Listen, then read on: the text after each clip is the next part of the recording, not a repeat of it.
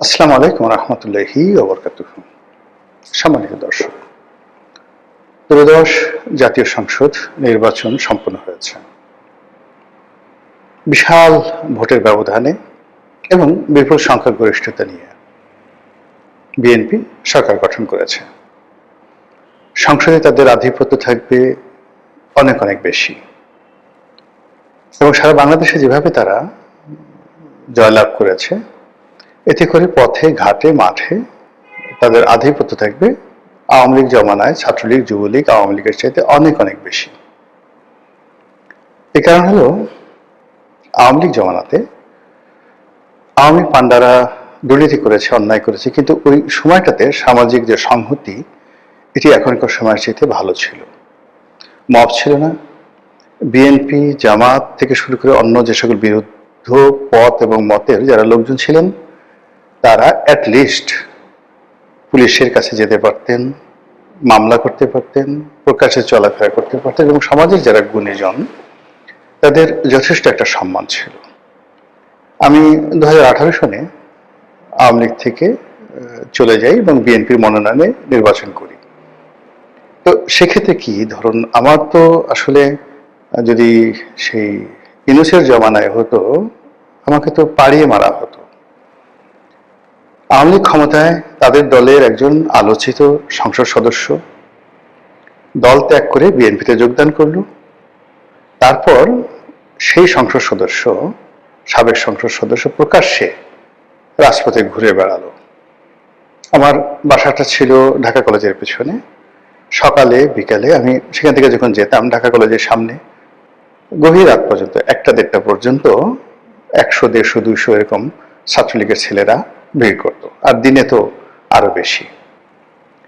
কিন্তু কখনো ছাত্রলীগের, যুবলীগের বা আওয়ামী লীগের কোনো মানুষ আমার দিকে ওই জমানাতে চোখ বাঁকা করে তাকায়নি, একটি অশ্লীল শব্দ উচ্চারণ করেনি এবং আমাকে কখনো আওয়ামী লীগ জমানাতে মোবাইলে টেলিফোন করে কোনো একজন মানুষ দলকে সমালোচনা করার জন্য, আমি তো ওই সময়টাতে শেখ হাসিনা থেকে শুরু করে দলের প্রায় সবাইকে নির্মম নিষ্ঠুরভাবে সমালোচনা করেছি।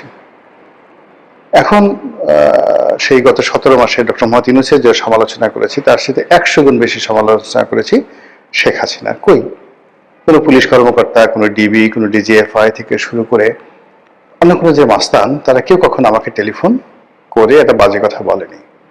বরং রাস্তায় দেখা হলে তারা সম্মান প্রদর্শন করেছেন,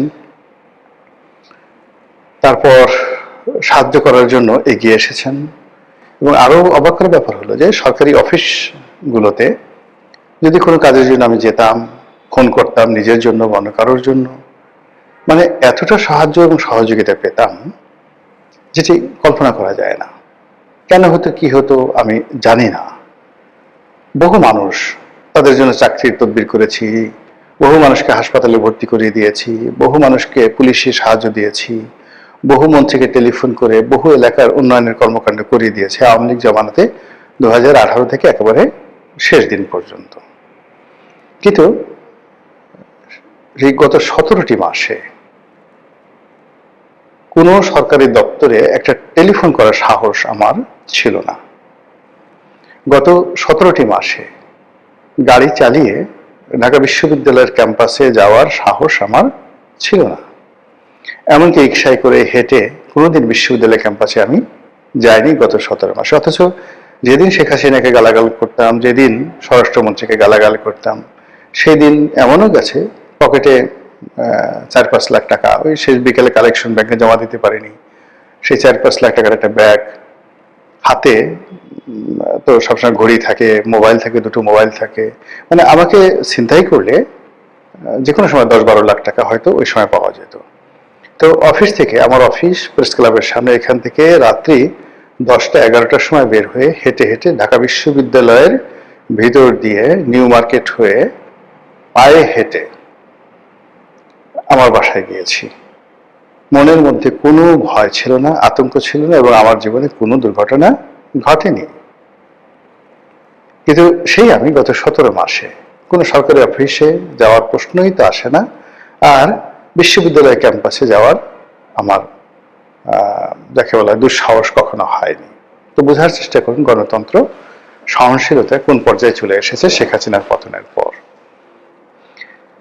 এরপর থানা পুলিশকে কি ফোন করব, পুলিশের যে সকল কর্মকর্তাদের সঙ্গে পরিচয় ছিল, সেই জুলাই আগস্ট গণ অভ্যুত্থানের পরে বহু পুলিশ কর্মকর্তা, অনেকে চাকরি হারিয়েছেন, অনেকে জেলে গেছেন, অনেকে পালিয়ে বেড়াচ্ছেন। তো তাদের যে দুঃখের কথা কাহিনী, সেগুলো শোনার পর কোনো থানায় গিয়ে মানে কোনো একটা ব্যাপারে কারো সাহায্য চাইবো, এই সাহসই আমার হয়নি। পরে আমার কাছে যারা পুলিশি সহযোগিতার জন্য বিভিন্ন সময় সুপারিশ করেছেন, আমি বলেছি যে আরে বাবা, পুলিশই তো বাঁচছে না এখন, পুলিশই তো বিভিন্ন মানুষের সাহায্যের জন্য তারা দাঁড়ে দাঁড়িয়ে ঘুরে বেড়াচ্ছে, বাধ্য ওই সমস্ত ব্যাপার মিনিমাইজ করে সবকিছু।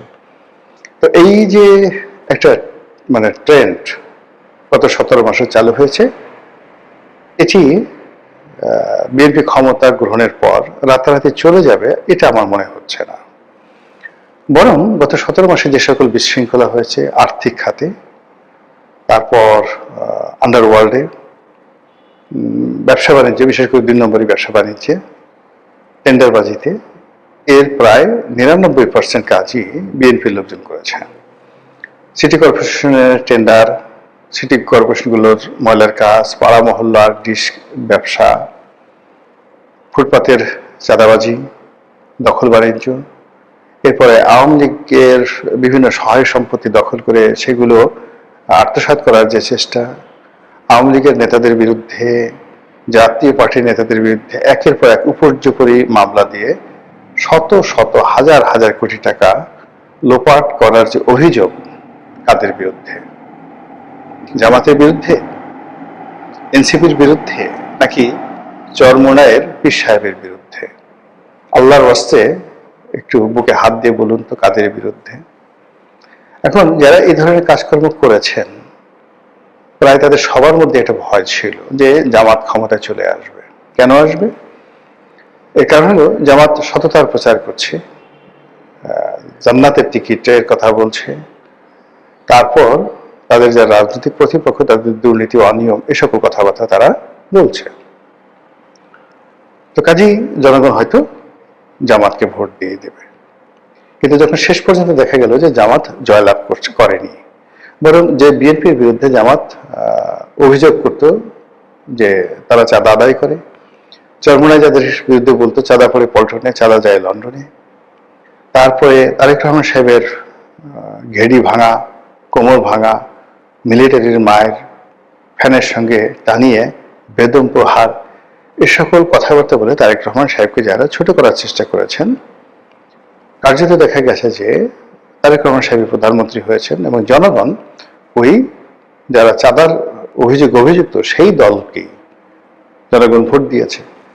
ফলে যারা চাঁদাবাজ, দখলবাজ, মামলাবাজ, গত 17 মাসে নবরূপে যারা যাকে বলা হয় অভিষিক্ত হয়েছেন, নবরূপে যারা ক্ষমতায় ফিরে এসেছেন, তারা চিন্তা করবেন যে আমাদের তো জনগণ ভালোবাসে। যদি চাঁদাবাজি অন্যায় হতো, দখলবাজি অন্যায় হতো, তাহলে তো লোকজন আমাদেরকে ভোট দিত না। যেহেতু লোকজন আমাদের ভোট দিয়েছে, ইট মিনস এটা বৈধ। এই বাংলাদেশে এটা আমাদের অধিকার, এটা আমাদের মানবাধিকার, এটা আমাদের রাজনৈতিক অধিকার। কাজে আমরা চাঁদাবাজি করব, সিরিয়াসলি চাঁদাবাজি করবো, যে যাই বলুক না কেন। এ কারণ হলো তাদের যারা প্রতিপক্ষ তারা তো চাঁদাবাজিকে মেইন ইস্যু করে নানাভাবে তারা প্রচার চালিয়েছে, প্রোপাগান্ডা চালিয়েছে, কিন্তু জনগণ তো রেসপন্ড করেনি। তো জনগণ যেহেতু রেসপন্ড করেনি, কাজে আমরা অবশ্যই চাঁদাবাজি করব। তো এদের সংখ্যা কত হবে? 10 লাখ, 20 লাখ, 50 লাখ, যারা এই যে বিএনপির ক্ষমতার কালে নিজেদেরকে ভীষণ রকম বেপরোয়া, ভীষণ রকম শক্তিশালী, ভীষণ রকম যাকে বলা হয় যুদ্ধংদেহী বানিয়ে ফেলেছেন।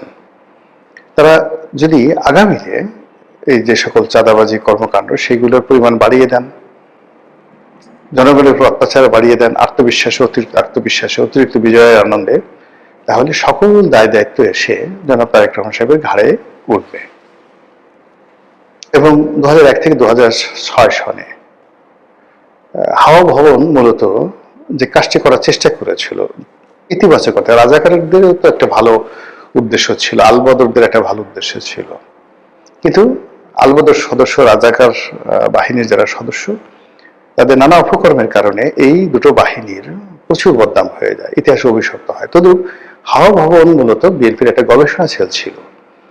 সেখানে বসে তারা চিন্তা করত কি করে রাজনীতি করা যায়। সেখানে তারা বিভিন্ন তথ্যপত্র দিয়ে বিভিন্ন পলিটিক্যাল তারা এজেন্ডা তৈরি করত, প্রতিপক্ষকে ঘায়েল করার জন্য রাজনীতির ন্যারেটিভ তৈরি করত। তো এই উদ্দেশ্যে অনেকটা আওয়ামী লীগের সিআরআই এর মতো একটি গবেষণাধর্মী প্রতিষ্ঠান ছিল হাওয়া ভবন। কিন্তু সেই হাওয়া ভবনে কি করে ট্যাক্স ঢুকে পড়লো, কি করে ট্যাক্সি ঢুকে পড়লো, কি করে কন্ট্রাক্টারি ঢুকে পড়লো, কমিশন বাণিজ্য থেকে শুরু করে সব কিছু একত্র হয়ে হাওয়া ভবনকে মানুষের নিকট রীতিমতো একটি জীবন্ত জ্বলন্ত আগ্নেয়গিরির লাভা বা জ্বালামুখ রূপে জাতির উপর চাপিয়ে দেওয়া হলো। ফলে কি হলো, জনাব তারেক রহমান সাহেব এত সুন্দর সুন্দর চিন্তা করলেন, ওখানে বসে এত ভালো ভালো কাজ করার চেষ্টা করলেন, তার একটিও তার কাজে এলো না। বরং তিনি সারা দেশে মিস্টার 10% হিসাবে পরিচিত হলেন, এবং এটা আর মুছা গেল না। এই যে তিনি প্রধানমন্ত্রী হবেন, তার অল্প কয়েকদিন আগে টাইম ম্যাগাজিন তাকে নিয়ে একটা বিশাল প্রতিবেদন ছাপালো, যেখানে তাকে প্রডিগাল বয় হিসেবে বলা হলো। উচ্ছন্নে যাওয়া, বেহিসাবি, বাজে স্বভাবের, ঘুষখোর, দুর্নীতিবাজ একজন পুরুষ হিসেবে তাকে টাইম ম্যাগাজিন তুলে ধরলো। তো বোঝার চেষ্টা করুন যে পাপ কখনো বাপকে ছাড়ে না।